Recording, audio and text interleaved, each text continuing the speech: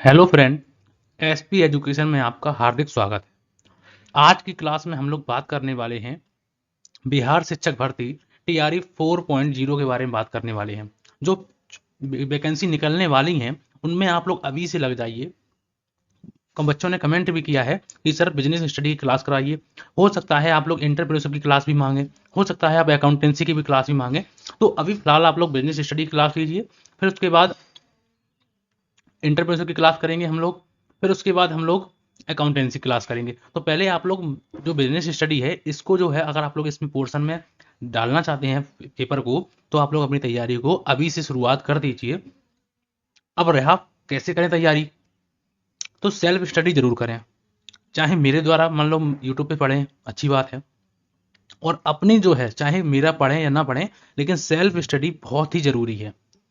जो पुरानी किताबें हैं उनको उठाइए, बिजनेस स्टडी में क्लास 11th, क्लास 12th, ठीक है, और यहाँ तक कि ग्रेजुएशन लेवल में बीकॉम तक की बिजनेस स्टडी को देखना है हम लोगों को। बिजनेस स्टडी में कौन कौन से जो पोर्शन है उनकी हम लोग बात करेंगे। अब रहा कि हम लोगों ने इसमें बात करते हैं कि 11 और 12th में जो अभी तक पेपर हुए हैं TRE 1, TRE 1, TRE 2 और TRE 3। TRE 3 के पेपर जैसे ही मिल जाएंगे उसी हिसाब से हम लोग अभी फिलहाल तो हम लोगों ने TRE 1 और TRE 2 को कंपेरिजन में किया हुआ है। इनके एग्जाम मतलब कि जो क्वेश्चन पूछे गए हैं तो उनको हम लोगों ने एनालिसिस किया है। तो यहाँ पर जो भी उन क्वेश्चनों में आएंगे, जो भी वहाँ पर टॉपिक पूछे गए हैं, उनकी मैं आप लोगों को एक एक क्लास अच्छी तरीके से 1 बाई 1 देने वाला हूँ।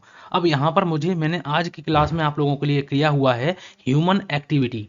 ह्यूमन एक्टिविटी का मतलब है मानव क्रियाएं, और मानव क्रियाओं में हमसे पूछा गया है आर्थिक क्रिया से क्वेश्चन। दोनों बार TRE 1 में और TRE 2 में दोनों बार आर्थिक क्रिया से क्वेश्चन पूछा गया है। क्वेश्चन भी मैं आप लोगों को दिखा दूंगा अगली क्लास में। जब मैं क्वेश्चन पेपर सारे टॉपिक पूरे कवर कर लूंगा तब मैं क्वेश्चन भी आप लोगों के सॉल्व कराऊंगा, प्रीवियस ईयर क्वेश्चन भी कराऊंगा। और जो अदर स्टेटों में एग्जामों में होते हैं बिजनेस स्टडी के, जैसे यूपी की बात करते हैं, यूपी TGT की बात करते हैं, या फिर आप लोगों ने सुना होगा एस्टेट की बात करते हैं, हरियाणा टेट की, या फिर HPSC की बात करते हैं, हरियाणा पब्लिक सर्विस कमीशन की बात करते हैं, RPSC की बात करते हैं। तो इनके भी जो प्रीवियस ईयर क्वेश्चन पेपर हैं बिजनेस स्टडी के, वो भी मैं आप लोगों को करा दूंगा। और यहाँ तक कि यूजीसी नेट के भी क्वेश्चन मैं आप लोगों को कराने की पूरी क्षमता रखता हूँ, तो वो भी मैं आप लोगों को कराऊंगा। बस आप लोगों से इतनी सी रिक्वेस्ट है कि आप लोग चैनल पर बने रहें और अपने चैनल को सब्सक्राइब कर लें, क्योंकि मैं आप लोगों को डेली क्लास एक देने वाला हूँ। बच्चों ने कमेंट किया है कि सर कब से लेंगे क्लास, तो थोड़ा सा समय लग जाता है चीज़ों को बनाने में, ठीक है, एनालिसिस करने में, तो इसीलिए थोड़ा सा लेट हो गए, लेकिन अब डेली क्लासें हम लोग करेंगे। तो आज की क्लास में सबसे पहले हम लोग जानते हैं कि ह्यूमन एक्टिविटी क्या होती हैं, ह्यूमन एक्टिविटी क्यों करता है, इनको डिटेल में समझेंगे, ठीक है। MCQ इनके बाद में करेंगे, पहले कॉन्सेप्ट तो क्लियर हो जाए। और अगर अच्छी बात है, क्लियर है तो बहुत अच्छी बात है। जिन बच्चों का नहीं है तो उनकी भी हम लोग उनको भी साथ में लेकर चलना है, ठीक है। तो यहाँ पर लिखा हुआ है ह्यूमन एक्टिविटी। ह्यूमन एक्टिविटी का मतलब होता है मानव की क्रियाएं।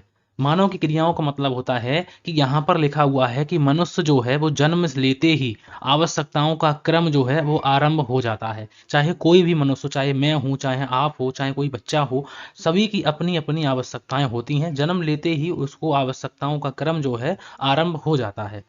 जैसे ही एक आवश्यकता की संतुष्टि पूर्ण होती है, दूसरी आवश्यकता सामने आ जाती है। मतलब यहाँ पर यह कहा गया है कि जैसे ही एक आवश्यकता यदि कोई व्यक्ति की पूरी हो जाती है तो दूसरी आवश्यकता उसके सामने जागृत हो जाती है। यही नहीं, यही नहीं, तो इसमें जो है एक आवश्यकता, यही नहीं, एक ही समय पर मनुष्य को कई आवश्यकताएं अनुभव होती हैं, क्योंकि उसके साधन जो हैं कैसे होते हैं, उसके साधन जो हैं वो सीमित होते हैं। कैसे होते हैं, सीमित होते हैं। इसीलिए उसे यह सोचना पड़ता है कि वह किस आवश्यकता को पहले पूरा करे और किसको बाद में। मतलब देखो, सिंपल सी बात है कि अगर एक आवश्यकता मनुष्य की पूरी हो जाती है, एक आवश्यकता मनुष्य की पूरी हो जाती है तो दूसरी आवश्यकता जनरेट हो जाती है। अब व्यक्ति जो है सबसे पहले ये सोचता है कि उसकी कौन सी आवश्यकता पूरी हो। अब्राहम मैस्लो, किसने, अब्राहम अब्राहम मैस्लो ने अब्राहम मैस्लो ने आवश्यकताओं को 5 वर्गों में बांटा है। जब मैं आप लोगों को प्रबंध पढ़ाऊंगा तो उसमें मैं आप लोगों को ये भी बातें बताऊंगा, क्योंकि ये भी बिजनेस स्टडी का पार्ट है। ठीक है, तो आवश्यकताओं को 5 क्रमों में बांटा था उन्होंने। ठीक है, तो इसीलिए यहाँ पर मनुष्य के जो है, एक अगर मान लो उसके पास साधन तो सीमित है, उसके पास जो भी चीज़ है वो सीमित है, इसलिए वह उसे सोचना पड़ता है कि कौन सी आवश्यकता को पूरा करे और किसको बाद में पूरा करे। आवश्यकता के चक्कर में जो फंसा मनुष्य है विभिन्न प्रकार की क्रियाएं प्रातः से शाम तक करता रहता है। मतलब कि जो आवश्यकताओं को पूरा करने के चक्कर में जो मनुष्य है विभिन्न प्रकार की क्रियाएं करता है। जैसे हम जो है आपको पढ़ाते हैं तो ये भी एक तरीके से आवश्यकताओं को पूरा करने के लिए हम लोगों की एक क्रिया है।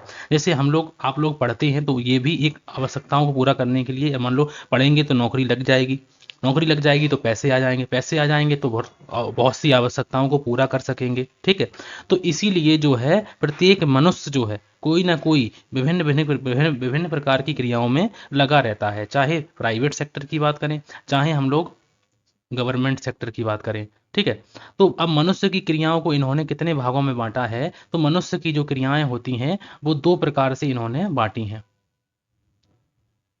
तो मनुष्य की जो क्रियाएं हैं वो 2 भागों में कौन कौन सी हैं उनके बारे में देख लेते हैं और समझ लेते हैं कि मनुष्य की जो क्रियाएं हैं वो 2 भागों में। सबसे पहली है हम लोगों की, सबसे पहली है इकोनॉमिक क्रिया। कौन सी क्रिया है, तो जिसे कहते हैं आर्थिक क्रिया। आर्थिक क्रिया सबसे पहली क्रिया जो है मनुष्य की जो क्रियाएं हैं उसको 2 भागों में बांटा है। नंबर 1 में लिखा हुआ है आर्थिक क्रिया, नंबर 1 में लिखा हुआ है आर्थिक क्रिया, और यहीं से क्वेश्चन पूछा गया था, आर्थिक क्रिया। और एक है हम लोगों का अनार्थिक क्रिया। अब आर्थिक क्रिया और अनार्थिक क्रिया क्या होती है, ठीक है, इनके बारे में भी जानेंगे। आर्थिक क्रियाओं को देखो, ऐसी क्रिया जो धन संबंधी होती हैं, धन को प्राप्त करने के लिए की जाती हैं, उन्हें हम आर्थिक क्रिया इकोनॉमिक एक्टिविटी कहते हैं। आर्थिक क्रिया के कितने प्रकार होते हैं, तो आर्थिक क्रिया के इन्होंने 3 प्रकार बताए हैं, तो ये याद रखने हैं आप लोगों को। आर्थिक क्रिया के जो प्रकार हैं वो कितने बताए हैं, 3 बताए हैं। तो एक है बिजनेस, एक होता है इसका प्रकार बिजनेस का, दूसरा होता है प्रकार जो है वो पेशे का, और तीसरा प्रकार जो होता है वो होता है रोजगार का या नौकरी का। ठीक है, तो ये 3 प्रकार के इन्होंने आर्थिक क्रिया के प्रकार बताए हैं, जिसमें व्यवसाय में हम लोग करते हैं, वस्तुओं का क्रय विक्रय करते हैं, वस्तुओं का क्रय विक्रय करते हैं। उद्योगों को उद्योग देखते हैं। ठीक है, उसके बाद हम लोग बीमा का देखते हैं, ये सब व्यवसाय में आता है। ठीक है, इस प्रकार से कई क्रियाएं जो होती हैं वो इस क्षेत्र में आती हैं, और कई जो क्रियाएं हैं वो पेशे में आती हैं। जैसे पेशे का मतलब होता है कि कोई को हम लोग किसी वैज्ञानिक, मतलब कि अगर कोई काम करना है हमें पेशे के संबंध में, तो हमें उसका सबसे पहले हमें उसकी अध्ययन का जो है उसकी अध्ययन, मतलब कि उसकी जानकारी होनी चाहिए, उसका हमें अध्ययन करना चाहिए। अब वकालत करने के लिए हमें पहले जो पढ़ाई है उसको पढ़ना चाहिए। ठीक है, उसके बाद चिकित्सा का अगर हम लोग पढ़ लेते हैं तो हम लोगों को सबसे पहले उसके बारे में पढ़ना चाहिए। चार्टर्ड अकाउंटेंट बनना चाहते हैं तो इसके बारे में हमें जानकारी प्राप्त करनी चाहिए। तो ये 3 प्रकार इसके पेशे के भी इन्होंने 3 प्रकार बताए हैं, और भी कई होते हैं, इसीलिए यहाँ पर लिखा हुआ है आदि। ठीक है, सब में आदि लिखा हुआ है, तो मतलब ऐसे और कई प्रकार होते हैं जो इनके अंतर्गत आते हैं।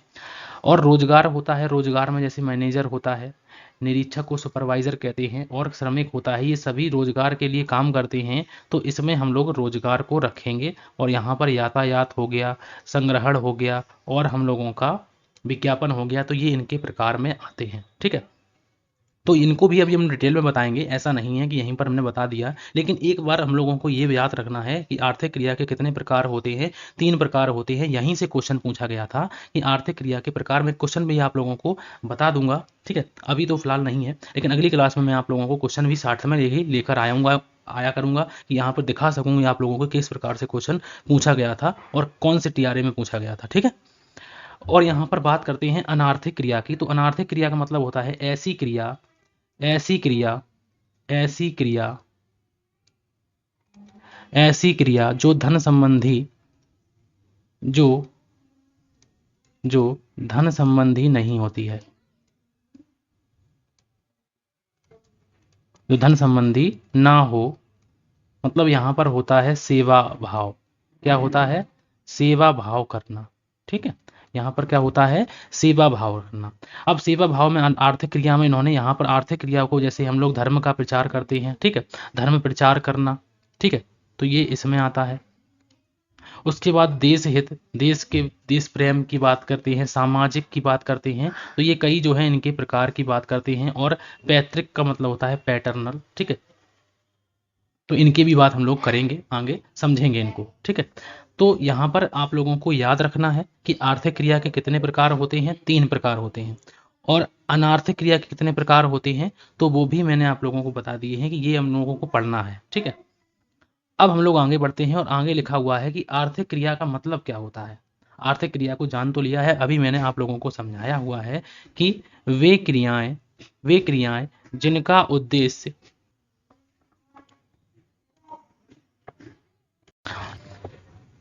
तो यहाँ पर लिखा हुआ है कि वे क्रियाएं जिनका उद्देश्य धन कमाना। मैंने अभी बताया है कि 2 प्रकार की क्रियाएं होती हैं, मानव की क्रियाएं, और मानव की जो क्रियाएं हैं उनको 2 भागों में हमने बांट दिया है। एक होती हैं आर्थिक क्रिया, और आर्थिक क्रिया को हम लोग पढ़ रहे हैं। आर्थिक क्रिया का मतलब समझ रहे हैं कि ये क्रियाएं जिनका उद्देश्य धन कमाना होता है, धन कमाना होता है, उन्हें हम क्या कहते हैं, तो वो हमारी सभी जो हैं वो आर्थिक क्रिया कहलाती हैं, ठीक है।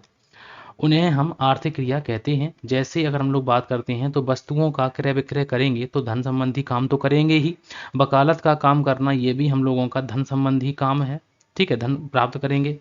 बीमारों का चिकित्सा करना, डॉक्टर के द्वारा मतलब बीमार का इलाज किया जाता है, तो ये भी धन संबंधी काम है, ठीक है। किसी कारखाने में नौकरी करना, तो ये भी हम लोग धन संबंधी काम के लिए, धन को प्राप्त करने के लिए करते हैं। तो ये सभी जो है धन कमाना इन क्रियाओं का उद्देश्य होता है, तो इसीलिए ये सब क्रिया होती हैं, इसीलिए ये सब जो है आर्थिक क्रिया होती हैं। अब बात आती है आर्थिक क्रिया को, तो समझ लिया है कि वे क्रियाएं जो धन संबंधी काम करती हैं उन्हें हम आर्थिक क्रिया कहते हैं। अब आर्थिक क्रिया के प्रकार कौन कौन से होते हैं उनके बारे में जान लेते हैं कि आर्थिक क्रिया के जो प्रकार हैं वो कितने होते हैं। यहाँ पर देख लीजिए ध्यान से कि 3 प्रकार के आर्थिक क्रिया के प्रकार होते हैं, ठीक है। अब वो तीनों प्रकार हम लोग लिख लेते हैं, ठीक है। ये तो हम लोगों का एक तरीके से इस प्रकार से है, ठीक है। आर्थिक क्रिया के कौन कौन से प्रकार हैं, तो एक तो है हम लोगों का व्यवसाय,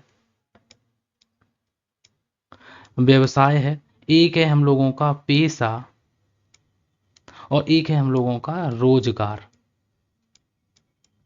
या फिर नौकरी की बात करते हैं हम लोग। ये 3 प्रकार के आप लोगों को याद रखने हैं कि आर्थिक क्रिया के जो प्रकार हैं वो एक है व्यवसाय, एक है पेशा, ठीक है, और एक है रोजगार या नौकरी। तो ये 3 जो प्रकार हैं इनको याद रखना है, अच्छी तरीके से याद करके हम लोगों को, समझ गए ना। आर्थिक क्रिया के जो प्रकार हैं वो तीनों प्रकार मैंने आप लोगों को बता दिए हैं। अब बात आती है कि एक एक करके इनको समझ लेते हैं कि व्यवसाय क्या होता है और व्यवसाय के अंतर्गत हम लोग क्या क्या शामिल करते हैं। तो व्यवसाय जो होता है इसके बारे में जान लेते हैं। सबसे पहला ही लिखा हुआ है कि व्यवसाय का मतलब होता है बिजनेस, और व्यवसाय का संबंध उन क्रियाओं से होता है जो लाभ कमाने के उद्देश्य से माल एवं सेवाओं का उत्पादन करती हैं, क्रय विक्रय करती हैं और वितरण से संबंधित होती हैं। जैसे अगर हम लोग बात करते हैं तो उत्पादन से संबंधित, जैसे मछली पकड़ना, खेती करना, निर्माण करना, निर्माण कार्य करना, या फिर थोक या फुटकर बिक्री करना, या फिर खाने खोदना इत्यादि जो है और भी होती हैं, ये सब बिजनेस में आती हैं। बिजनेस कितने प्रकार के होते हैं, व्यापार क्या होता है, इनको भी बताना पड़ेगा, क्योंकि ये भी इनके भले ही क्वेश्चन ना पूछा गया हो, लेकिन ऐसा तो है नहीं कि सिलेबस में गिवन ना हो। सिलेबस में हो सकता है, क्योंकि बिजनेस पूछ लिया है तो बिजनेस का ही पार्ट है व्यापार, और व्यापार का पार्ट है जो है वो है व्यापार के सहायक, वाणिज्य को भी पढ़ना होगा, ठीक है। तो ये मत सोचिए कि इतना ही टॉपिक है, टॉपिक वाइज भी करेंगे और डिटेल में भी करेंगे। तो व्यवसाय का मतलब समझ गए ना, कि व्यवसाय का मतलब है कि उन क्रियाओं से होता है जो उत्पादन से संबंधित हो, माल और सेवाओं के उत्पादन से, क्रय विक्रय से, वितरण से संबंधित उन क्रियाओं को व्यवसाय कहते हैं। तो व्यवसाय का मतलब अगर आप लोग समझना चाहते हैं एक लाइन में, तो यहाँ पर हम लोगों ने समझ लिया कि माल एवं सेवाओं का माल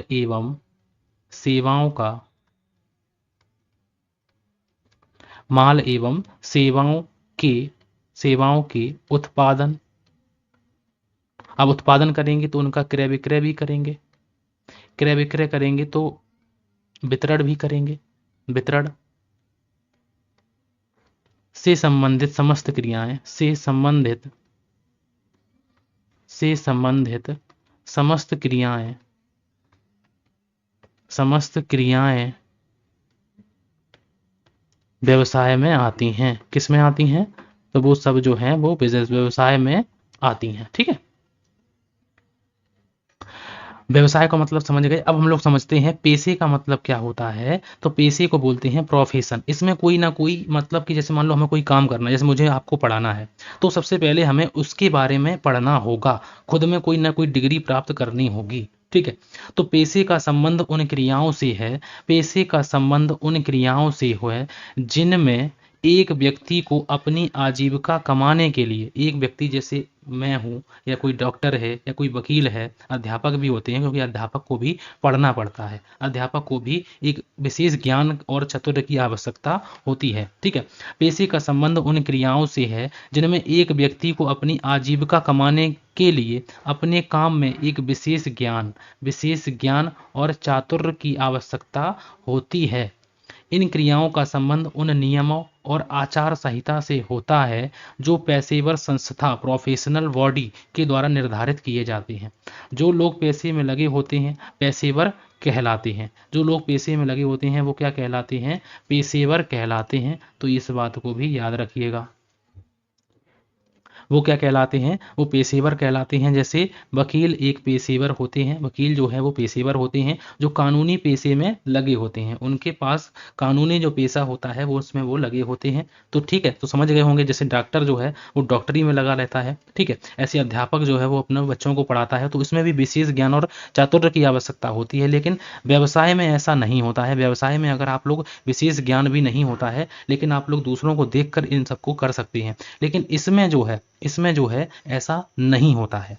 ठीक है, ऐसा नहीं होता। जैसे मान लो हम लोगों को कोई दुकान खोलनी है, तो दुकान खोलने के लिए कोई विशेष ज्ञान की आवश्यकता नहीं होती है, बस हमें उसमें रुचि होनी चाहिए, उस काम के प्रति हमारा अच्छा ध्यान होना चाहिए, उसके लिए ललक होनी चाहिए। तो ये सब दुकान में हम लोग किसी को समझ सकते हैं, दुकान में हम लोग व्यवसाय को समझ सकते हैं। लेकिन यहाँ पर जो है, अगर हम लोगों को कोई डॉक्टरी करनी है, हमें डॉक्टरी अच्छी लगती है, तो अगर हमें डॉक्टरी करनी है या फिर हमें वकालत करनी है, तो हमें क्या करना होगा?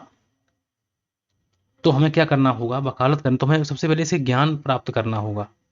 तो इसीलिए यहाँ पर समझ गए होंगे आप लोग अच्छी तरीके से, इतना कठिन नहीं है ये। ठीक है, उसके बाद हम लोग लास्ट इसके स्टेप की बात करते हैं, रोजगार। पेशे को समझ लिया, व्यवसाय को समझ लिया। अब हम लोग समझते हैं कि रोजगार का संबंध उन क्रियाओं से होता है जिनमें एक व्यक्ति किसी दूसरे के लिए लगातार काम करता है और बदले में पारिश्रमिक प्राप्त करता है। ऐसे व्यक्ति को जो दूसरों के द्वारा नियुक्त किए जाते हैं कर्मचारी कहलाते हैं। मतलब कि रोजगार का संबंध उन क्रियाओं से है जिनमें एक व्यक्ति दूसरों के लिए काम करता है। रोजगार का संबंध क्या है? रोजगार का संबंध एक व्यक्ति दूसरों के लिए काम करता है, दूसरों के लिए काम करता है, काम काम करता है, उसे हम रोजगार कहते हैं। उसे रोजगार कहते हैं। उसे हम क्या, ठीक है, उसे रोजगार रोजगार कहते हैं। ठीक है, उसे क्या कहते हैं? उसे रोजगार कहते हैं। ऐसे व्यक्ति जो दूसरों से अपने अपने लिए काम करवाते हैं उन्हें हम क्या कहते हैं? उन्हें हम नियोक्ता कहते हैं, एम्प्लॉयर कहते हैं। इसमें देखो दो लोग होते हैं।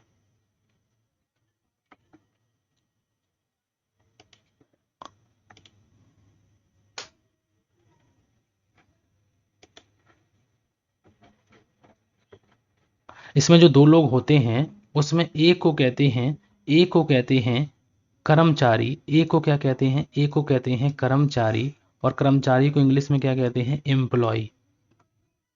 एक को कहते हैं एम्प्लॉय, और दूसरा होता है इसका जो इसको ऑर्डर देता है या इसको काम के प्रति बताता है कि आपको ये काम करना है, उसे कहते हैं नियोक्ता। नियोक्ता कहते हैं उसे। क्या कहते हैं? नियोक्ता कहते हैं, या फिर उसी को कहते हैं एम्प्लॉयर। एम्प्लॉयर कहते हैं, या फिर इसी को कह सकते हैं हम लोग मालिक। क्या कहते हैं? मालिक कह सकते हैं, ओनर कह सकते हैं। ठीक है। अब ओनर और एम्प्लॉयर में अंतर होता है, ठीक है, तो ये भी मैं आज आप लोगों को बताऊंगा, ठीक है, सब डिटेल पूरी डिटेल पढ़ाऊंगा आप लोगों को, ऐसा नहीं है कि बिल्कुल यहाँ पर छोटा थोड़ा पढ़ाएंगे, ऐसा नहीं है। ये मेरा मतलब कि हमारा कोई पेड चैनल तो है नहीं जो मैं वहाँ पर आप लोगों को पढ़ाऊंगा। यहीं पर पूरी फुल डिटेल आप लोगों जो भी आप लोगों को चाहिए आप बताइए, मैं आप लोगों को प्रोवाइड करने की पूरी कोशिश करूंगा अपने हिसाब से देखकर, ठीक है।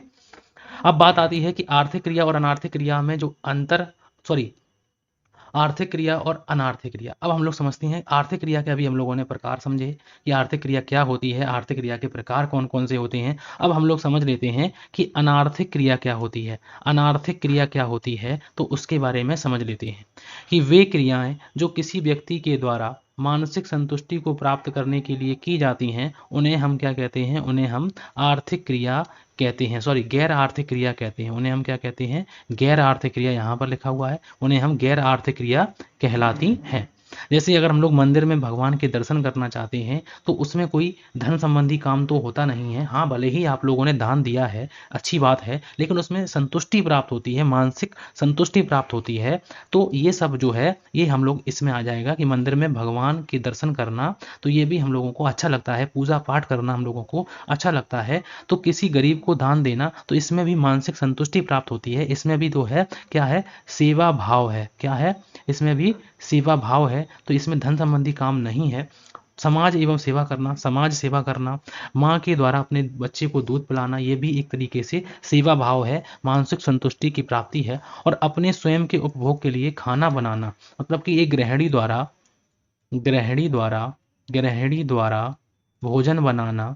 तो गृहिणी द्वारा भोजन बनाना, अगर हम लोग मान लो कि हम लोगों की माताओं के द्वारा जो खाना बनाया जाता है उसमें अगर हम लोगों को उसमें कोई पैसे तो लिए नहीं जाते हैं, ठीक है, तो वो तो इसीलिए वो उसमें भी सेवा भाव है, मानसिक संतुष्टि की प्राप्ति के लिए की जाती हैं वो क्रियाएं। वो सारी की सारी क्रियाएं हमारी आर्थिक अनार्थिक क्रिया में आती हैं। जैसे हम लोग सवेरे सवेरे मॉर्निंग में जाकर व्यायाम करते हैं, क्या करते हैं, व्यायाम करते हैं, तो ये भी हम लोगों का किस में आएगा, तो ये भी हम लोगों का आर्थिक क्रिया में, गैर आर्थिक क्रिया में आएगा, क्योंकि यहाँ पर भी हम लोग पैसे की बात, हम लोग यहाँ पर धन संबंधी बात नहीं करते हैं। जो मानसिक संतुष्टि दे उसे हम गैर आर्थिक क्रिया कहते हैं या फिर अनार्थिक क्रिया कहते हैं। इसके कोई प्रकार नहीं है, इसमें यहाँ से क्वेश्चन कम आते हैं, ठीक है। अब बात आती है कि आर्थिक क्रिया और अनार्थिक क्रिया में अंतर क्या है। अंतर भी समझ लेते हैं कि सबसे पहला लिखा हुआ है कि आर्थिक क्रिया धन की प्राप्ति से संबंधित होती है। आर्थिक क्रिया किससे प्राप्त होती है, तो आर्थिक क्रिया धन की प्राप्ति से संबंधित होती है, धन की प्राप्ति से संबंधित होती है। और अनार्थिक क्रिया जो है वो धन की प्राप्ति से संबंधित क्या होती है, नहीं होती है। कैसी होती है, तो वो नहीं होती है।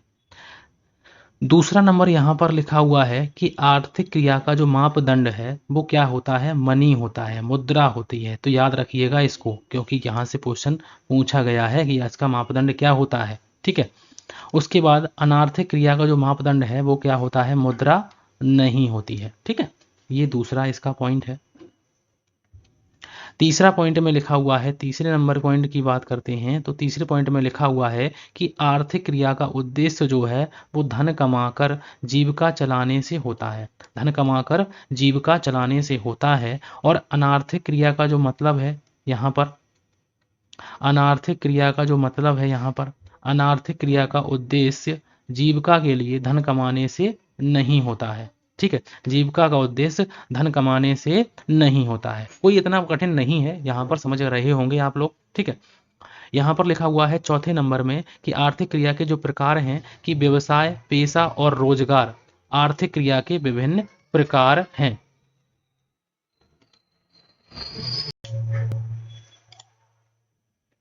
तो ठीक है, तो यहाँ पर समझ गए होंगे कि जो आर्थिक क्रिया के प्रकार हैं वो व्यवसाय, पेशा और रोजगार, ये आर्थिक क्रियाओं के प्रकार हैं। अगर हम लोग इसमें बात करते हैं अनार्थिक क्रिया में, कि अनार्थिक क्रियाओं का केवल एक ही स्वरूप होता है, वो होता है सिर्फ आर्थिक क्रिया, ठीक है। वो क्या होता है, वो आर्थिक क्रिया होता है।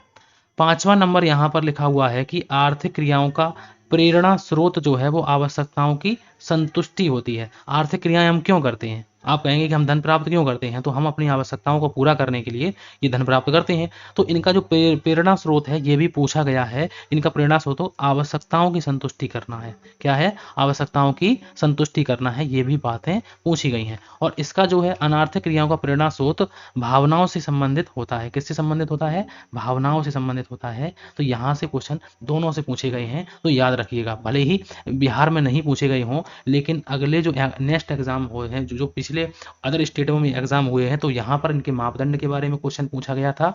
और यहाँ पर जो है एक बार ये क्वेश्चन पूछा गया था यहाँ से, ठीक है। यहाँ से तो बिहार में भी पूछा गया है, ठीक है। ये पॉइंट आप लोगों से पूछा गया है।